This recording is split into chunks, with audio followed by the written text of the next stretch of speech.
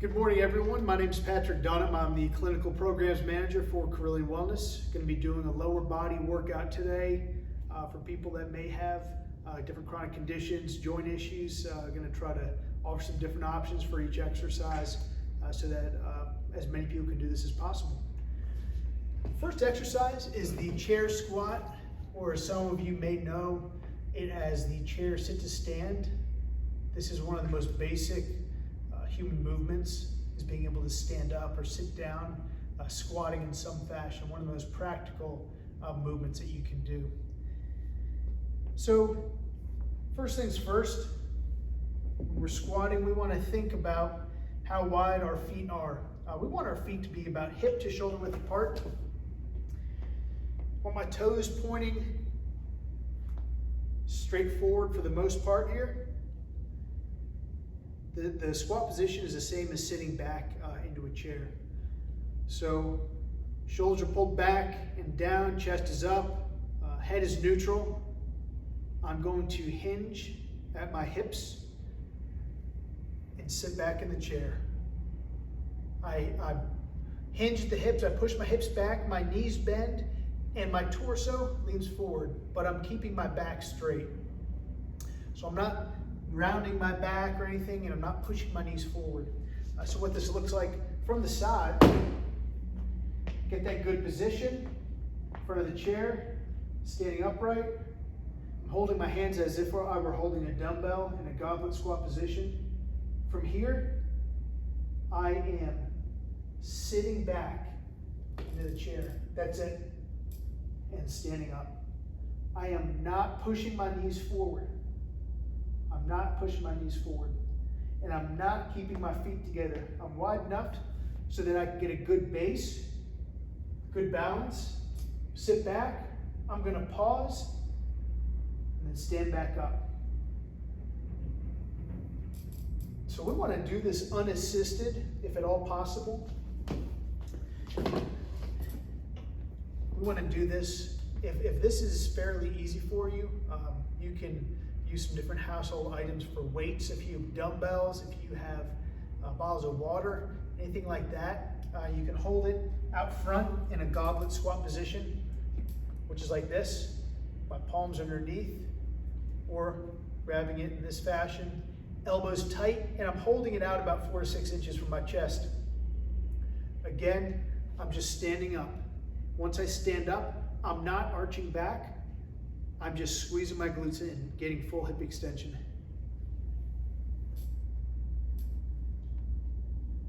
Standing up. If this is still fairly easy, we want to do a higher volume. So you want to do between 6 and 8 sets of 8 to 12 reps. If this is difficult for you and you cannot stand up on your own, what you can do is you can help assist yourself by pushing off of the arms and then getting up. That's one option. And then lowering yourself back down. The controlled eccentric or lowering portion of this exercise is very important for muscle growth as well and strength. That will help you get stronger. Even if you're having to help yourself stand up, if you lower yourself back down as controlled as possible, it's still going to be very beneficial. If you're still unable to stand up without that, there's 2 other options you can do. You can sit back and rock forward and stand up. So again, I'll sit back and I'll rock forward and stand up. Or something else I can do is I can grab a pillow, I can grab blankets, towels, any kind of foam pad, and I can put that on the chair. What that's going to do is that's going to elevate the bottom of the squat for me, so it's going to be easier. So I put a blanket down, and instead of coming down here, I'm going to start in more of a quarter squat position and stand up. We want to focus as much on full body tension and the legs as much as possible. If we can stay away from pushing off the arms, if we can stay away from pushing off and rocking as much as possible, I would rather you elevate yourself up and do it unassisted before pressing off the arms. regardless of whether you can do it or not, in that way, we don't want to push off the knees.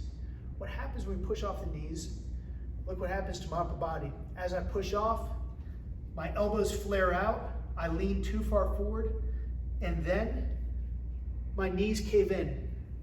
We do not want our knees caving in. We want to keep our knees over our feet, good strong position, and then back down. So again, no pushing off the knees. If you have to push off the arms, you can do that. If you have to rock, you can do that from an elevated position or not.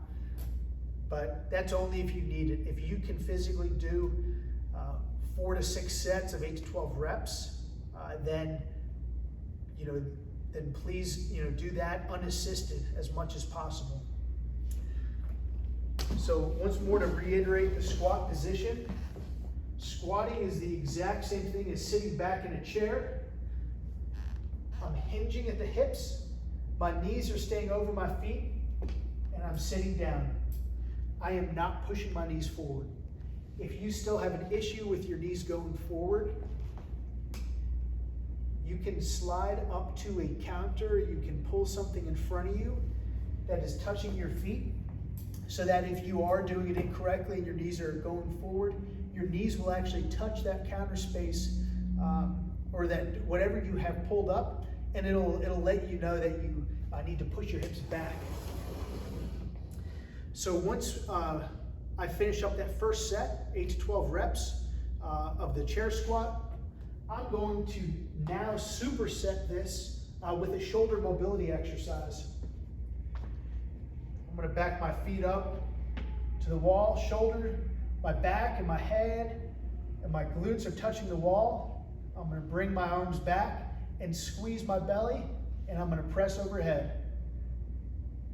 If you're feeling a little bit tight, you may not be able to keep your arms back against the wall. But again, we're going to do 10 reps here.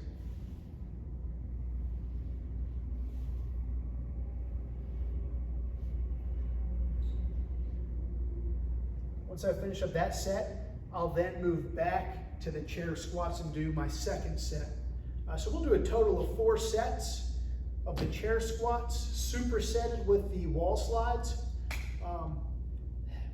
Difference between a superset and a compound set. The superset, I'm actually doing back-to-back exercises with different muscle groups. A compound set, I would be doing the same muscle groups. So I'd be doing chair squats, and then I would go right into lunges. So this is considered a superset.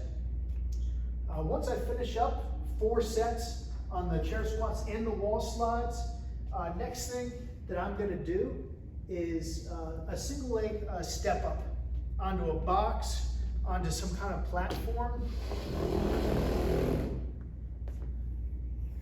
or even the stairs at home. Preferably, if you're doing on the stairs, you want to have a railing you can hold on to if necessary. Something that I want to do, I'll show it facing you, and I'll show it from the side as well. I want to step up on that sturdy platform here, and I want to step up onto it to get started. I don't want to start in the bottom. I want to step up and start up here. If you have a mirror, that's great, or you have someone that can watch you and tell you, oh, you're leaning forward, you're leaning to the side, you're doing something, fix that before you get started. So from here, I'm sticking my other leg out straight, and I'm doing the same movement. I'm hinging at the hips. I'm touching, and then I'm standing right up. Notice how my foot is flexed. So I am bringing my toes back towards my shin. What this is doing is preventing me from pushing off. Then it's turning into more of a calf exercise. It goes from me pushing off. We don't want to do that for this. We want to isolate and really work on the strength of that leg, and it also doubles as a balance exercise. So I'm just touching with my heel and then back up.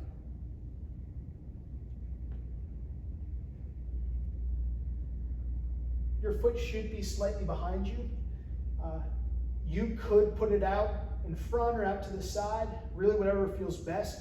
To start out though on this exercise, as a matter of balance and getting the form down, I would recommend bringing that foot behind you.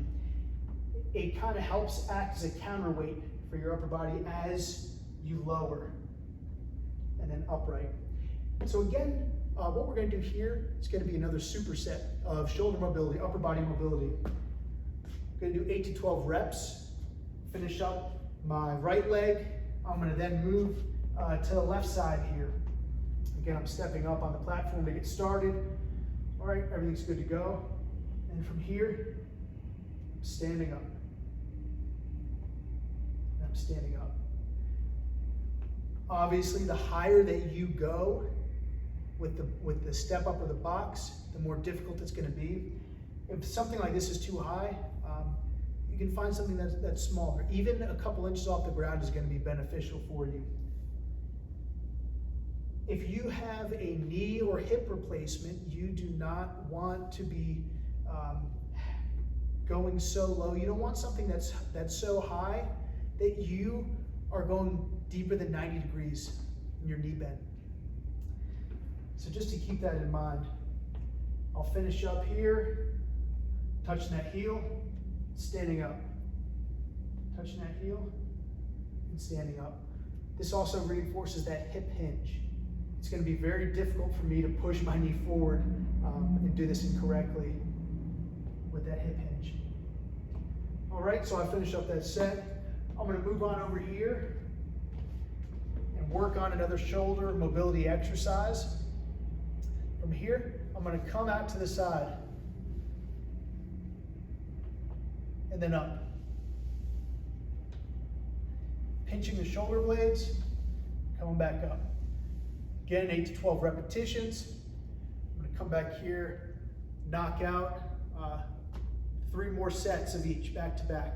So again, total of 4 sets, each leg of the step-ups, immediately followed 4 sets of the shoulder mobility exercise. So something else that we can do here for the third lower body exercise, it's similar to a wall slide that we do with the shoulders. It's kind of a hybrid between that and wall sits. So what we'll do, we'll check our feet. Feet are parallel, they're about hip to shoulder width apart. I'm going to scoot out about 12 to 15 inches from the wall. And I'm gonna first test my distance. I'm going to squat down to as close to parallel as possible and see that my knees are not going past my toes. So that's good. I'm at a good distance here. So what I'm going to do is, instead of just the wall sit where it's an isometric hold, I'm going to do wall slides. This is a very quadricep dominant exercise. My torso is upright and sliding against the wall.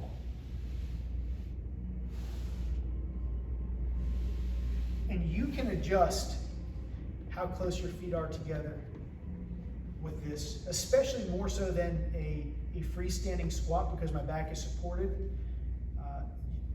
Feel what's best for you. You can try different widths as far as your feet are apart, but you will feel more quadriceps closer together. And then sliding upright. If this is too easy, if you can do 8 to 12 reps, it's too easy, you can go ahead, grab that dumbbell, hold it out 4 to 6 inches again, add a little bit of resistance here. This really is a good quadricep dominant exercise. If for some reason you're not sliding well against the wall, you can put a bath towel, drape it over your back, and use that to help slide. If you watch any of our previous videos, for the shoulder mobility, we had the front-facing wall slides where we put that towel underneath our forearms and pressed up. We're going to do the same thing, except we're going to drape that towel over our back to help slide against the wall there. So once we've finished up 3 sets of 10 to 12 reps on that, we are going to actually move on in to the glute bridge. So there's a few different ways that we can do the glute bridge. The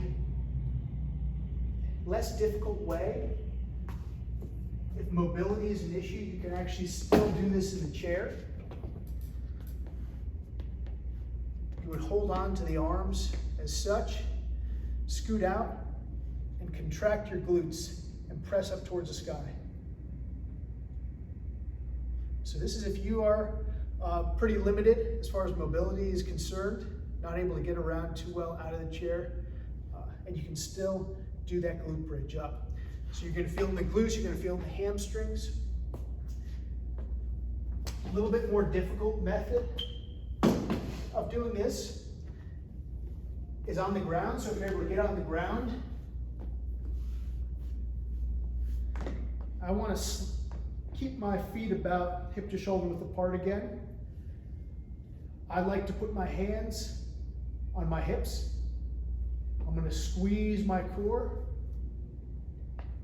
Make sure my toes are pointed forward. Now from here, I am going to bridge up as much as possible. Pause, and then back down. Again, up, pause, back down.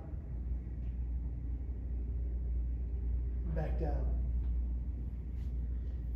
To make it even more difficult, you grab that dumbbell, or if you have a barbell or any kind of household item that is safe that you can use for weight, you can rest that on your hips, and grab both sides of it and raise up. That'll add a little bit extra resistance there.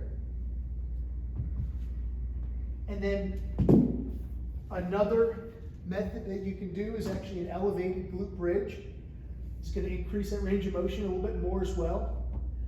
For this, since it's very difficult to keep the feet flat, I like to use my heels primarily for grip. And I'm going to go straight up, back down. One more, even more difficult version would be a single leg glute bridge where my non-working leg, the leg that I am not doing this exercise with, will be straight out. And I'll bridge straight up. Nice and controlled, back down.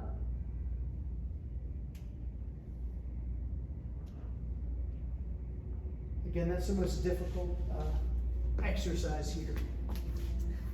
Most difficult type of those several versions of the glute bridge. Just one thing to remember, you want to keep in mind good control, good pause at the top and bottom of each exercise. And if you're still have a good amount of energy, you still have some more leg work you can do, you can finish up with 3 sets of 30-second wall sits. So just like the wall sit slides, we're actually going to hover in an isometric hold in that bottom position. Again, you can have added weight with a dumbbell. You can adjust your feet. I recommend standing up some before adjusting your feet if you want more quadricep dominant. But a good way to finish up, the way to get a little bit more of a pump, a burn in the legs. And as always, contact us, reach out if you have any questions or need any modifications.